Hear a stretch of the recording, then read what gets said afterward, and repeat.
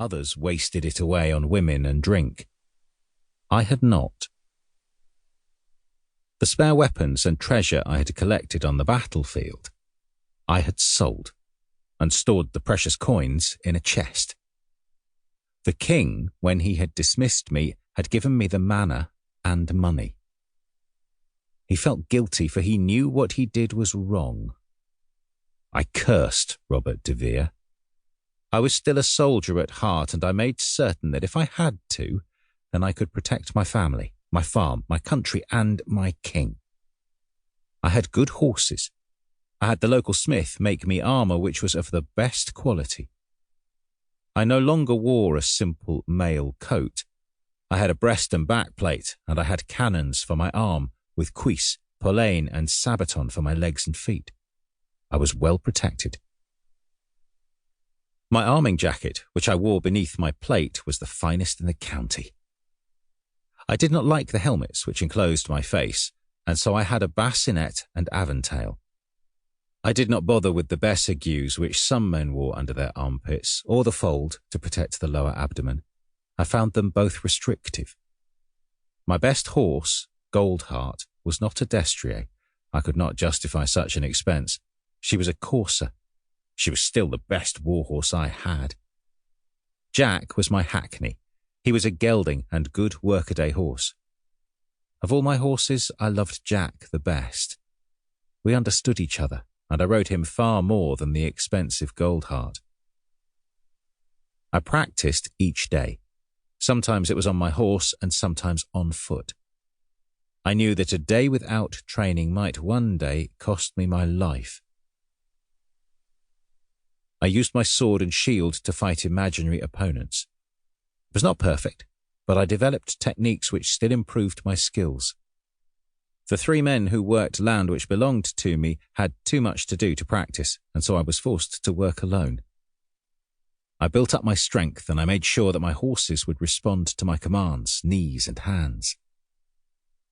One day King Richard would need me, and when he did, then I would be ready.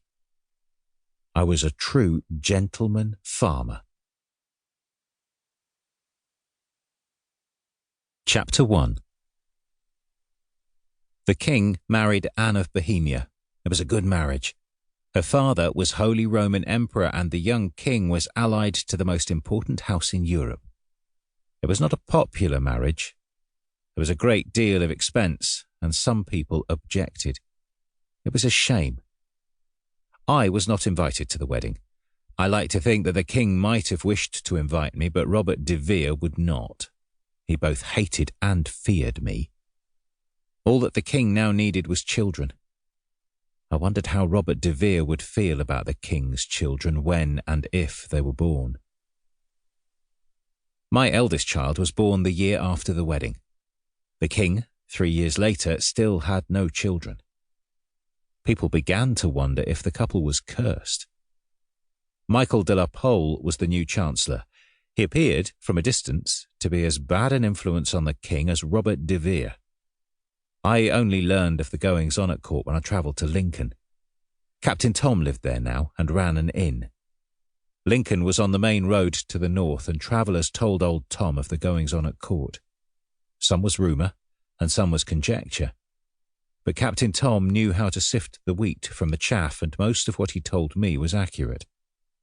Certainly the king was unpopular. The halcyon days when he had put down the peasants' revolt by sheer willpower were long gone. The Queen was not popular, and his 2 advisers were hated. I feared for his future. He was hanging on to the crown by his fingertips, and there were many, his uncle, the Duke of Gloucester included, who were unhappy with his reign. In the heart of England, the place they called the Garden of England, I was happy. I had a good wife and a fine family. Robert de Vere had done me a favour by having me dismissed, but it was not good for the realm. Sir Robert Armistead liked me. I had been given the manor, and he should have resented that, but he was not a warrior knight.